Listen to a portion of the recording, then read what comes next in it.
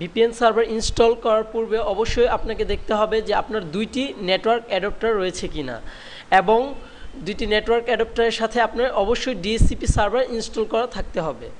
আমরা দুইটি অ্যাডাপ্টার নিয়ে নিই। এর জন্য আমরা যেহেতু ভার্চুয়াল মেশিনে কাজ করতেছি, আমরা ভার্চুয়ালভাবে নিয়ে নিচ্ছি। আমরা ভিএমওয়্যার সেটিংস থেকে অ্যাড, এখান থেকে আমরা নেটওয়ার্ক অ্যাডাপ্টার নিয়ে নিচ্ছি।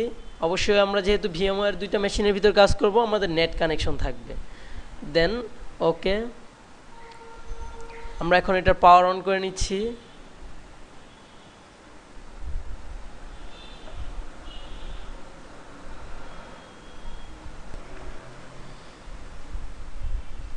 আমরা দেখতেছি আমাদের নতুন একটা অ্যাডাপ্টার ইনস্টল হয়ে গেছে। আমরা এটার একটা আইপি অ্যাসাইন করে দেই। আগে দেখি আমার আগের পূর্বের আইপিটা কি ছিল।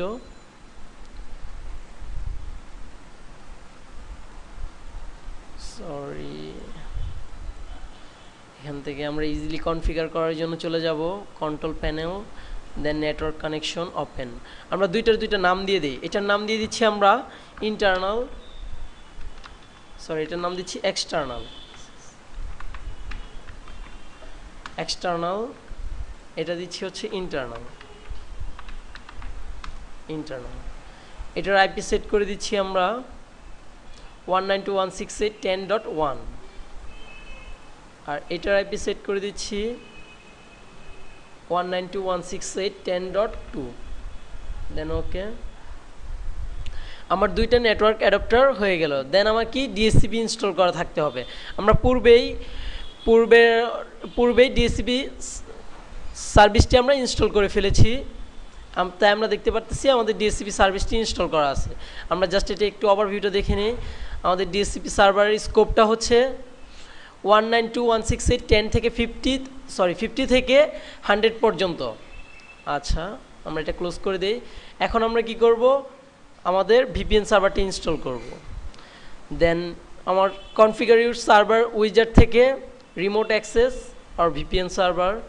তার আগে দেখে নিই ভিপিএন সার্ভারের বলতে আমরা কি বুঝি। রিমোট অ্যাক্সেস বা VPN server enable remote clients to connect to a network through either a dial-up connection or a secure virtual private network connection. They also provide network address translate, which enables all of the computer on a small network to share a single connection to the internet. অর্থাৎ আমার ভিন্ন network থেকে dial up অথবা virtually প্রাইভেটভাবে আমার নেটওয়ার্কে connection হওয়ার জন্য আমরা ভিপিএন ইনস্টল করব। দেন নেক্সট